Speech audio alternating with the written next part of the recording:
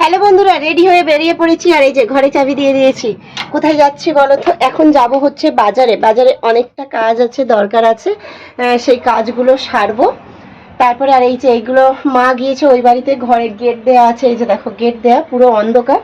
চলো গেটটা খুলি। আর আমি এই যে পুরো রেডি হয়ে গিয়েছি, দেখো পুরো অন্ধকার হয়ে আছে। দাঁড়াও গেটটা আগে খুলি, নইলে তোমরা বুঝতে পারবে না গেটটা না খুললে।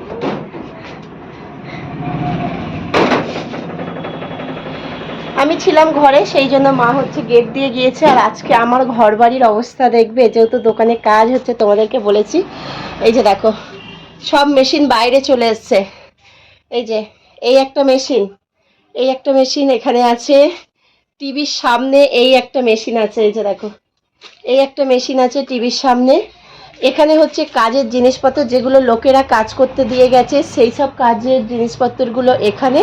আর দোকানের যত মালপত্র তোমাদেরকে দেখাই, সব হচ্ছে এই যে মায়ের ঘরের এই যে যত মালপত্র আছে সব এইখানটায় গোডাউন করা হয়েছে। এই যে দেখো আমি কতটা দেখাতে পারছি বুঝতে পারছি না। এই যে দেখো সব মাল এখানে হচ্ছে, দোকানের সমস্ত মাল সব এখানে রাখা হয়েছে। আর এখন আমি যাচ্ছি অবশ্য একটু বাজারে, অনেকটা কাজ আছে। সমস্ত কিছু আমাকেই তো সারতে হয়, তোমাদেরকে বলেছি যে সমস্ত কিছু আমাকেই সারতে হয়, কেননা তোমাদের দাদাভাই এইসব দিকে নেই। তা আমি যাচ্ছি। এই যে দেখো আমি রেডি হয়ে গিয়েছি, পুরো রেডি।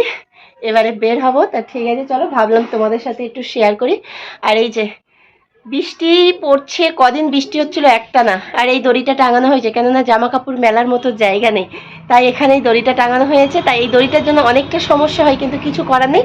বৃষ্টি কটা দিন এখানে থাকবে, মানে বর্ষার সময় এই জায়গাটায় দড়িটা টাঙাতেই হয়, কেন রোজকার আমার জামা কাপড় কাচতে হয়। আর এটা তো মায়ের ঘর, তোমাদের বললাম, দেখালাম। আর ছেলে গিয়েছে হচ্ছে স্কুলে, মা হচ্ছে ওই বাড়ি আছে, মানে বোনের বাড়িতে মা আছে।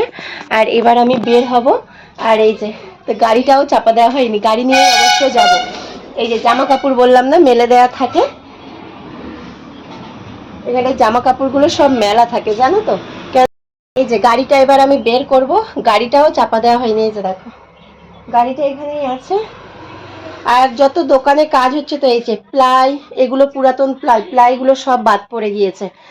মানে আমাকে মিস্ত্রি পুরো ডুবিয়ে দিয়েছে জানো তো। মিস্ত্রি একরকম বাজেট দিয়ে আর এক রকম বাজেটে চলে গিয়েছে, মানে ওখানেই হচ্ছে মাথা খারাপ হয়ে যাচ্ছে। মানে মিস্ত্রিদের কারবার এটাই।